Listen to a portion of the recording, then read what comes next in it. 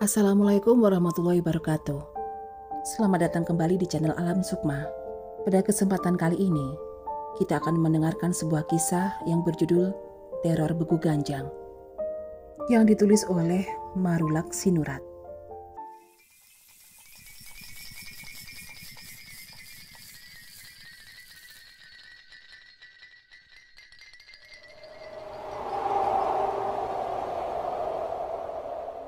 Cerita ini aku awali dari tahun 2011. Saat pertama kali lelaki yang kini menjadi suamiku membawa aku mengalua, sebuah acara sederhana orang Batak, membawa dan memperkenalkan calon pengantin wanita ke rumah orang tua calon pengantin pria sebelum hari pernikahan, ke rumah orang tuanya di sebuah desa. Tidak perlu dijelaskan secara rinci nama desa dan kabupatennya. Lazimnya seorang perantau yang membawa pulang calon istri pasti seisi rumah akan penuh dengan dungan sahuta atau teman sekampung yang ingin melihat calon menantu baru. Tapi hal itu tidak aku temukan di rumah calon mertua.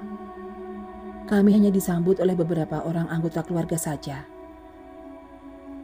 Malamnya juga tidak ada acara makan-makan seperti kebiasaan orang Batak yang mengundang tetangga dan rekan-rekan satu kampung.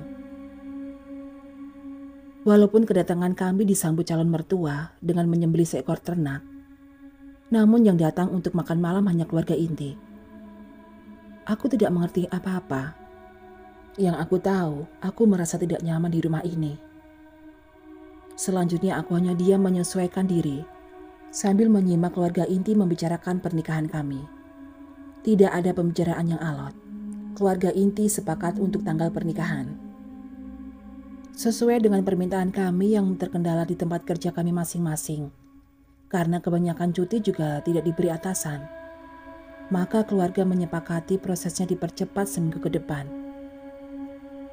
Malam hari setelah semua pembicaraan rampung, calon ibu mertua mengajak aku istirahat. Beliau membawa aku ke sebuah kamar. Kamar ini kosong, makanya sedikit kotor dan berantakan, kata calon ibu mertua sambil memberesi tempat tidur.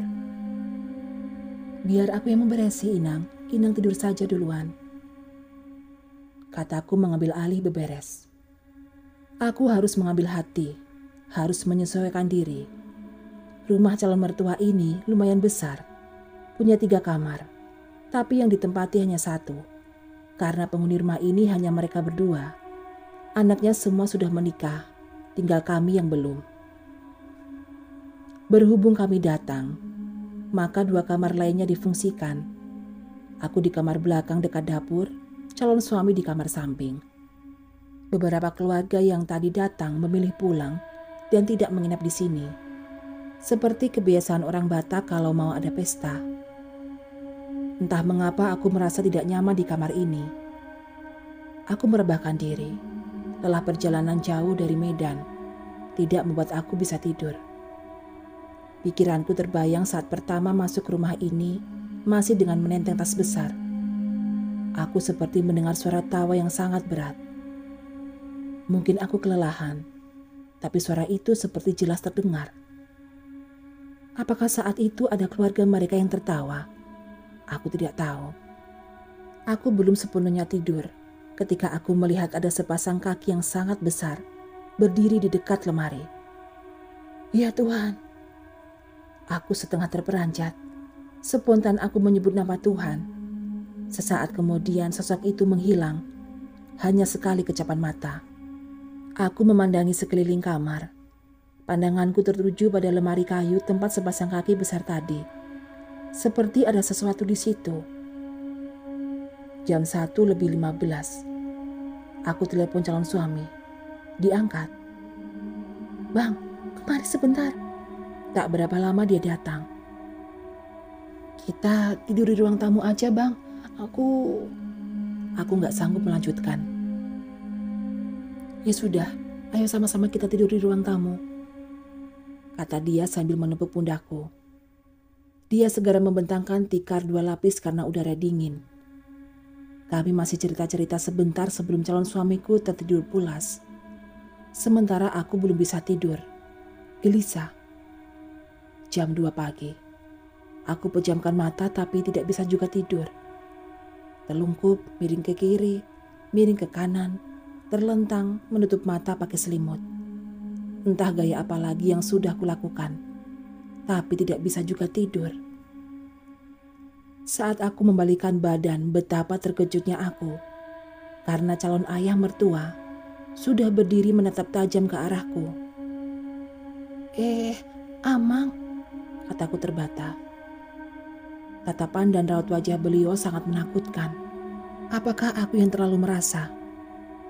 Calon ayah mertua hanya diam, lalu masuk ke kamar. Aku olesi kelopak mataku dengan balsam agar bisa tidur. Sekian lama, hingga aku benar-benar tidur dan bermimpi yang menakutkan. Dalam mimpiku ada sosok dengan kaki besar, mundar-mandir di dalam rumah, dan aku terbangun ketika kaki besar itu akan menginjak aku. Masih jam 5 pagi. Bajuku basah oleh keringat. Sosok yang menakutkan itu seperti nyata adanya. Bang, bangun. Kawani aku ke dapur. Aku membanguni calon suami agar menemani aku masak dan beres-beres di dapur. Malam kedua, aku mencium bau busuk dari kamar belakang. Pikiranku tidak karuan. Tiba-tiba ada sosok yang sangat besar berdiri di hadapanku. Aku memandang wajahnya yang sangat menakutkan. Sosok itu mencekik leherku dengan tangannya yang besar dan kuat. Aku melawan, aku meronta. Sosok itu semakin kuat mencekik leherku, mengangkat aku begitu tinggi. Sambil meronta-ronta, aku berteriak sekuat tenaga. Ya Tuhan, tolong aku. Aku terbangun ketika calon suamiku menepuk-nepuk pipiku. Dek, bangun. Dek, dek. Oh, aku bermimpi lagi. Masih jam 3 pagi. Aku pegang tangan calon suamiku erat-erat. Dan sekilas aku melihat calon ayah mertua di balik gorden. Sekejap lalu masuk ke kamar. Aku diam. Dalam hati aku bertanya, ada apa di rumah ini? Hari ketiga, calon suami membawa aku ke rumah Inang, istri saudara calon bapak mertua, yang rumahnya kira-kira 1 jam perjalanan dari rumah calon mertua. Inang ini belum datang ke rumah saat kami tiba. Jadi calon suami berniat membawa aku berkunjung sekalian mengundang. Di rumah Inang ini aku merasa sangat nyaman, entah kenapa. Saudara calon bapak mertuamu sudah meninggal 10 tahun yang lalu.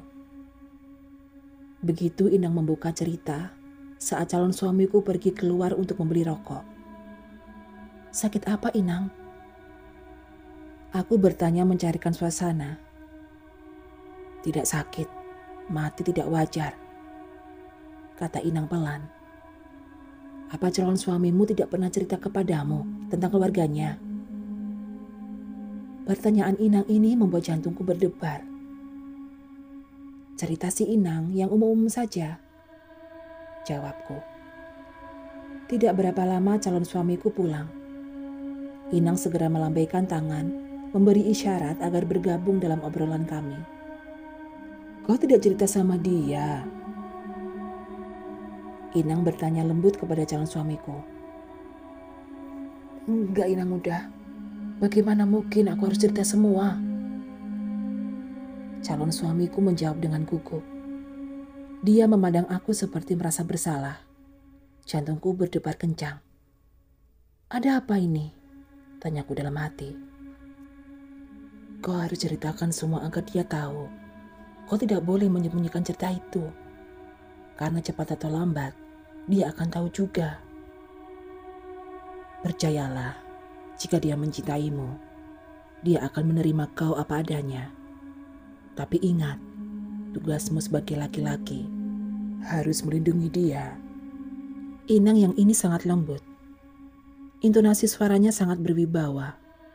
Makanya aku merasa nyaman. Ada apa sebenarnya, Bang? Aku bertanya. Bingung aku, Dek. Biar Inang udah aja yang cerita. Makanya kau kubawa ke sini. Dia kelihatan sangat tertekan dengan situasi ini. Aku harus ceritakan ini agar kau tidak berpikir macam-macam tentang dia, calon suamimu. Dia orang baik. Aku mengenal dia sedari dia masih bayi. Aku pernah mengasuh dia, bahkan dia tamat SMA dari sini. Dia baik. Inang berkata meyakinkan aku bahwa tidak ada yang salah dengan calon suamiku. Kau harus tahu kalau calon mertuamu memelihara beku ganjang. Jantungku seperti berhenti mendengar penjelasan Inang. Beku ganjang, cerita horor yang selalu kudengar di masa kecilku, sekarang ada di sekitarku. Apakah itu yang membuat aku merasa tidak nyaman di rumah itu? Seolah-olah tahu apa yang aku pikirkan. Kata Inang, jangankan kau, anaknya sendiri tidak nyaman di rumah itu. Kita bermalam di sini saja. Biar aku telepon bapak, bilang kalau kita tidak pulang. Biar panjang kita cerita. Kata calon suamiku sambil beranjak keluar. Hei, jangan kau bilang kalian bermalam di sini. Nambah masalah kau nanti. Bilang saja di rumah kawanmu. Sekalian ngurus keperluan nikah. Kata Inang teriak. Calon suamiku hanya mengangguk dan mengerti. Selama calon suami di luar, Inang melanjutkan ceritanya. Jadi, dia tidak ada cerita tentang keluarganya, tentang abang-abangnya.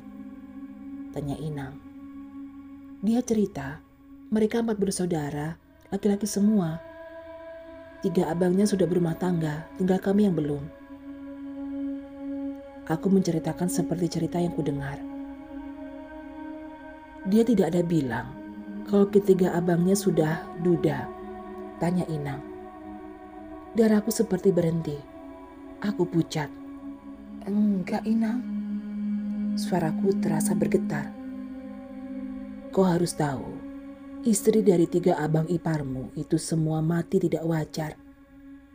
Istri abangnya yang pertama mati meninggalkan 1 anak. Istri abangnya yang kedua mati meninggalkan 2 anak. Dan istri abangnya yang ketiga mati dalam keadaan hamil 7 bulan. Mereka semua sama seperti adik mertuamu dan sama seperti beberapa warga kampung. Semua mati tidak wajar. Dan kau, Inang berhenti bicara. Aku, gimana Inang? Aku takut. Tak terasa aku menangis di hadapan Inang. Kau akan menjadi korban berikutnya kalau kau tidak melawan dengan imanmu. Inang memberiku semangat. Percayalah, calon suamimu punya cara untuk melindungimu. Dia anak paling kecil. Di depan mata, dia sudah melihat bagaimana ganas yang beku ganjang itu memangsa orang-orang yang dia sayangi. Dan dia sudah tahu cara menangkalnya. Malam itu akhirnya abang cerita semua. Tidak ada yang ditutupi. Calon suamiku bercerita bahwa benar orang tuanya memelihara beku ganjang. Dulu waktu dia masih kecil, dia ingat ada sengketa tanah antara orang tuanya dengan salah seorang warga kampung itu. Ini awal mula orang tuanya bersekutu dengan kuasa kegelapan. Beku ganjang itu digunakan untuk meneror dan membunuh lawan sengketa, hingga akhirnya sebidang tanah sengketa itu menjadi milik mereka. Menurut calon suami, beku ganjang bisa disuruh untuk hal apapun yang diinginkan pemiliknya. Tapi syaratnya harus ada tumbal. Setiap satu jenis permintaan baru tidak boleh dilakukan kapan saja. Harus ada syarat tertentu. Misalnya saat ini ingin diberi kelancaran dagang, harus melakukan ritual dan tumbal. Besok misalnya mau minta jualan orang ditutup, tidak bisa. Kecuali si pemelihara memberi tumbal lagi. Intinya satu ritual, satu tumbal. Untuk satu permintaan si pemelihara beku ganjang. Masih menurut calon suami, pemelihara begu ganjang yang meminta sesuatu dari begu ganjang harus melakukan ritual mandi bulan. Pemelihara begu ganjang akan melakukan ritual itu di luar rumah saat tengah malam. Bisa dilakukan di ladang, di belakang rumah, atau di mana saja yang langsung terkenal sinar bulan. Itu makanya para pemelihara begu ganjang selalu melakukan ritual itu saat terang bulan. Dengan kata lain, tidak ada ritual pemberian tumbal kalau tidak terang bulan. Jadi, apa benar istri abangmu menjadi tumbal begu ganjang? Aku memotong ceritanya. Kurasa iya, kata calon suami geram. Malam sebelum kakak meninggal, aku masih melihat orang bapak melakukan ritual di ladang belakang, kata dia. Itu sebabnya setamat SMP aku lari ke rumah Inang Uda ini. Aku disekolahkan Inang Uda, dididik ilmu agama, dan sedikit kearifan lokal diberikan untukku. Itulah awal hubungan kami renggang, kata Inang. Mertuamu tidak suka anaknya tinggal di sini, padahal kami tidak pernah menarik anaknya ke sini. Dan itu awal Bapak Uda calon suamimu jadi korban begu ganjang itu. Inang kelihatan emosi, hening. Kami terbawa dengan pikiran masing-masing. Apakah kau juga akan membiarkan aku menjadi tumbal orang tuamu? Mumpung kita belum jadi menikah, biar bisa aku pulang. Aku bertanya serius memecah keheningan. Aku percaya dia bisa menjagamu. Aku mengenal dia lebih dari bapak mamanya mengenal dia. Inang menjawab meyakinkan aku. Kalau dari awal kita jumpa aku ceritakan ini, pasti kau tidak mau sama aku. Aku menyayangimu.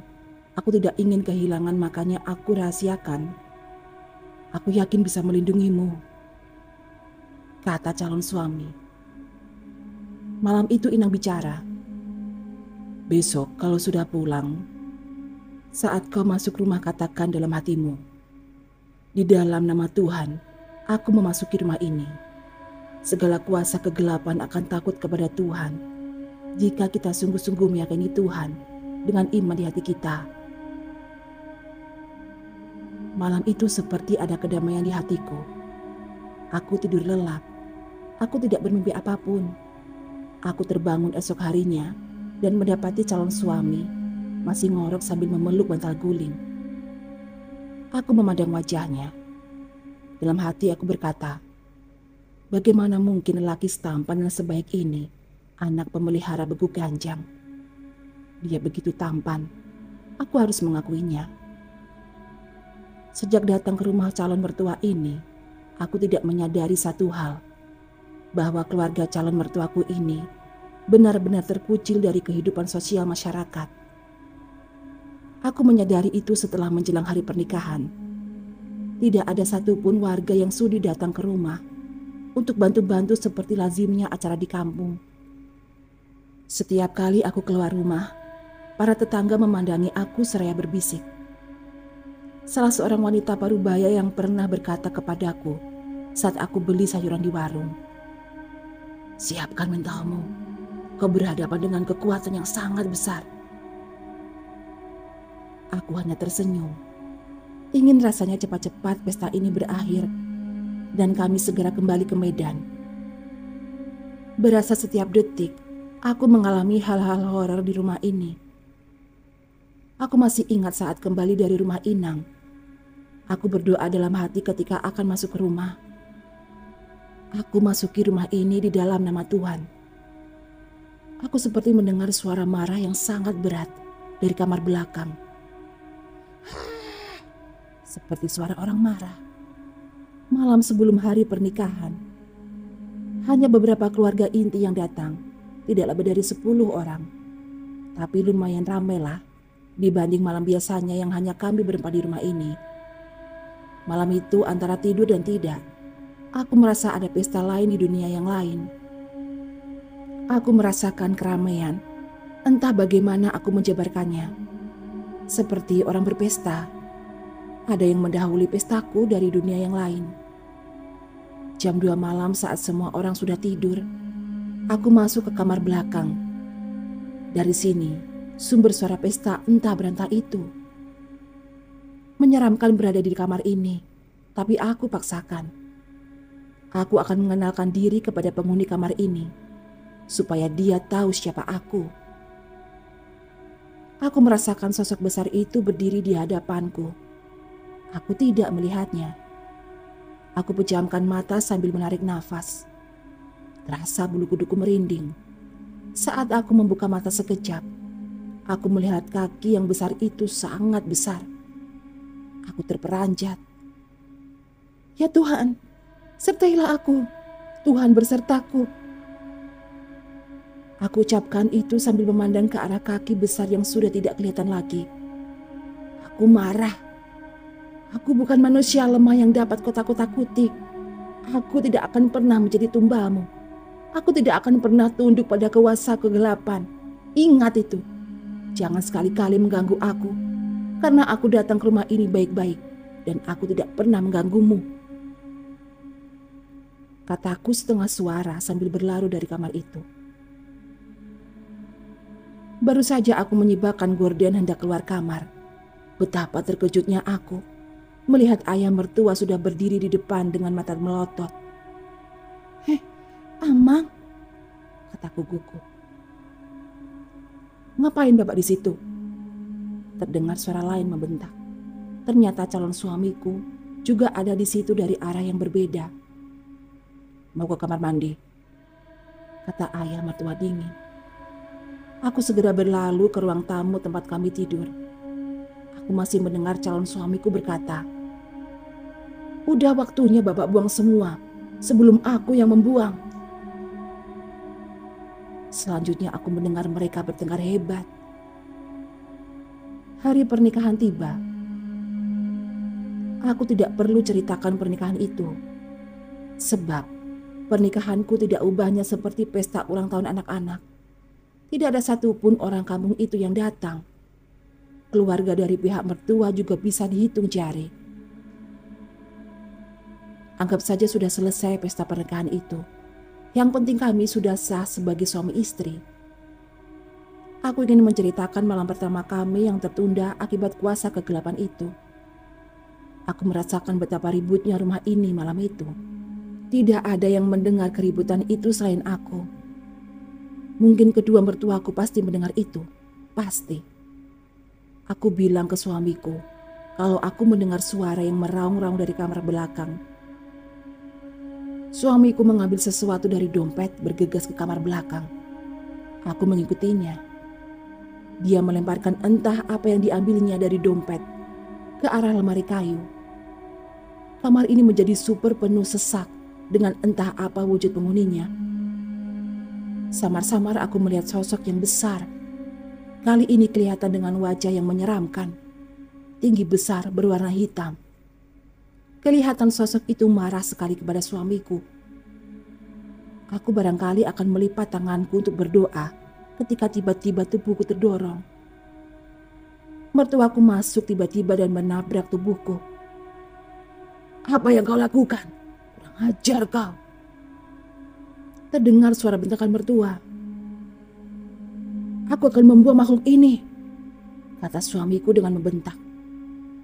"Apa-apaan kau, anak kurang ajar?" Terlihat mertua melayangkan tujuannya ke arah suamiku. Suami mengelak, mendorong mertua. Mertua tersungkur ke lantai, menatap suamiku dengan muka garang. "Bapak harus membuang dia sebelum bapak yang dimakan," kata suamiku dengan nada marah. "Diam kau," kata mertua sambil mengacungkan jari telunjuk.